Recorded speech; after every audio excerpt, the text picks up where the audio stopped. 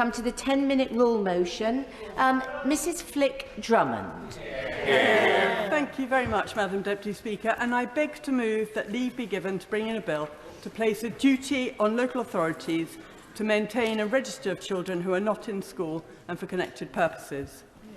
When schools in England reopened after successive lockdowns, the expectation was that every child would come back to school excited to return to classroom learning, to be reunited with their friends. The reality has been very different. Despite schools reopening their doors, thousands of children have not returned, and as each term passes, a growing number of children have started to disengage from education entirely. There's been a catastrophic increase in the number of children that are severely absent. The latest figures on school attendance uncovers that 140,000 children were severely absent in summer 2022. This is the highest number on record. These are children who are absent more often than they are present. They may still be on their school rolls, but they're hardly ever in class. These children have been known as the ghost children of the pandemic. Getting these children back into school is an issue of social justice and one that must be a priority for the government. Equally concerning, though, and what my bill today is seeking to address, is the number of children who have disappeared from the school roll altogether. Currently, we hold no comprehensive data about how many children are not on the school roll, where they are, and what quality of education they are receiving, if any. This was echoed in a recent report by the Education Select Committee, which concluded that the status quo does not allow the government to say with confidence that a suitable education is being provided to every child in the country. This is not acceptable. A quality education holds the key to a brighter future for every child, as well as playing a core role in ensuring our nation's society and economy thrives. What is most troubling to me, and I know to many of my colleagues across the House and in the other place, is that we do not even know if these children are safe. No one, neither government, nor local authorities, nor schools, can honestly answer the question, how many children are missing from school? Therefore, how can we know that every child is safe and suitably educated? These children are out of sight and out of mind. Madam Deputy Speaker, this is what my bill today is about. Ensuring that every child is visible, safe, suitably educated and receiving the support that they need to thrive. While we do not have the data to fully understand where these children are, it is thought that many of them have disappeared off the school roll and off the radar under the guise of home education. Now, I want to take this opportunity to make it clear that I fully believe that parents should have the right to choose what education their child receives. This right should always be enshrined in law. Parents are in the best place to make informed choices about what their children need, with many parents providing a high-quality home education for their child. However, this is not always the case for every child in home education, with a worrying number being taken off roll for reasons other than their best interest. Additionally, local authorities have confirmed many incidences where they have discovered that the home education being delivered was not simply up to standard, and in some cases entirely non-existent.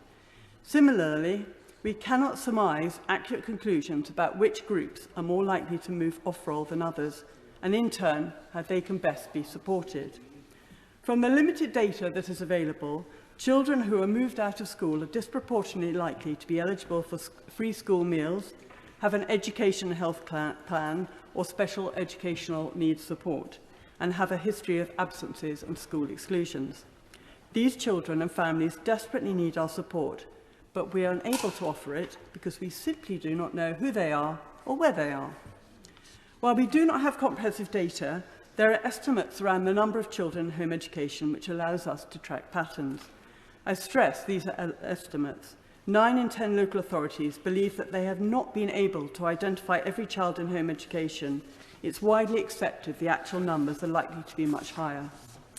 It is estimated that by the start of 2021-2022 academic year, a record high of at least 81,000 children plus were being home educated, the equivalent to the population of 80 average-sized secondary schools.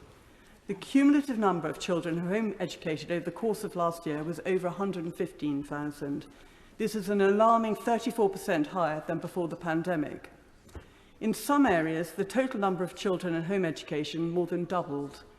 At present, half of all children taught at home were found to have begun their retreat from the classroom during lockdowns. But this is not a new phenomena that can solely be attributed to the pandemic. Data shows that prior to the pandemic, the cohort of children who are home educated was already growing by 20% year on year. As the number of home educating children increased, so should our drive to ensure that parents are able to exercise their right to choose how best to educate their child, that every child is supported to achieve the best educational outcomes possible, and that all children are protected equally, whether at home or at school. Implementing a child not in school register is the natural first step to achieving this. It is needed now more than ever. As I mentioned earlier, parents should always be able to decide where their child is educated, whether in school or at home. However, currently our system is not enabling all parents to make a free and fair choice.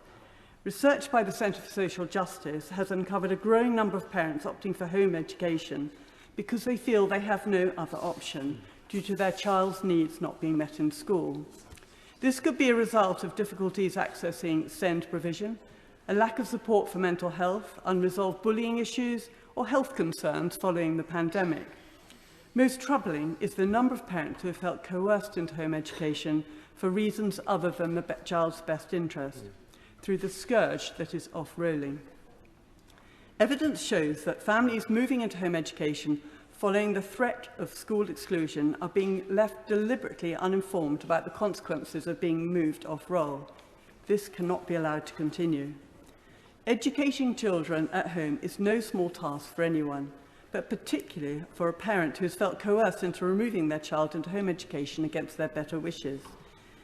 I would like to take a moment to pay tribute to the many parents who are doing an incredible and admirable job providing their children with a high-quality home education at great personal cost, time and effort. Having a children not in school register will allow us to offer assistance and resources to those families where appropriate to support them as they continue to offer high-quality home education. Across Europe, oversight and assessment of educational progress is commonplace, but in England there's no such quality assurance. England is an international outlier in this respect, and this change is well overdue. Most concerningly, in 2020, the Child Safeguarding Practice Review Panel uncovered 15 incidences of harm involving children reported to be in home education. These cases included severe harm, such as serious neglect, emotional abuse, and intrafamilial harm. In 3 of the cases, the children had died. The panel concluded that these children were often invisible, they were not in school, and they did not receive home visits. Such safeguarding concerns have been echoed by local authorities who have spoken about a range of concerns, including county lines involvement, gangs and exploitation, as well as child employment.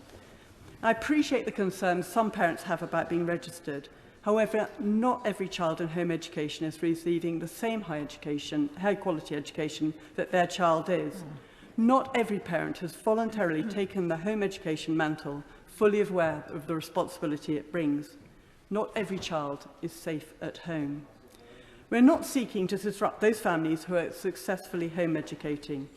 Most importantly, though, the register will allow local authorities to find and support those children who've been left on the fringes of education and who may be at risk of harm. It is time to bring those children out of sight and out of mind back into the light. This is not just an educational issue, but one of national economic importance too. Education is a major route out of poverty, opening doors to greater employment and a lifelong learning. If children do not receive a suitable education that allows them to develop the skills they need, it will cast a long shadow over the economic well-being of the whole country and have a profound effect on the economic inactivity, an issue I know that the government is dedicated to tackling. Mr. Speaker, in closing, it's critical that the development and safety of children who are not in school can be monitored so we can assure the welfare and education of every child. Introducing a children not in school register will facilitate this. It would enable local authorities' ability to undertake their safeguarding and educational responsibilities relating to children who do not attend mainstream educational institutions, ensuring that no child falls through the net. I hope that the Government will take this opportunity to implement the Child Not in School Register, which is so important for the welfare of children without delay. We must act now, or we will have failed this generation. The question is that the honourable member have leave to bring in the bill. As many as are of that opinion say aye. Aye. The contrary, no. I think the ayes have it, the ayes have it. Who will prepare and bring in the bill? Miss Marie Rimmer, Angela Jenkins, Andrew Sellu, Leah Nitchie, Jonathan Gullis, Dr Caroline Johnson, Edward Timpson, Sally Ann Hart, Mr Robin Walker, Sir Gavin Williamson, Kim Johnson and myself, Madam Deputy Speaker.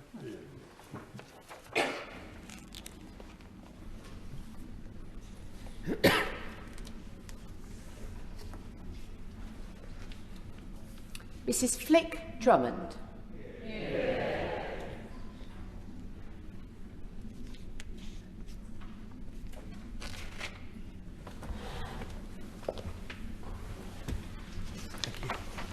Children Not in School Register Bill. Second reading what day? Friday the 24th of November. Friday the 24th of November. Thank you.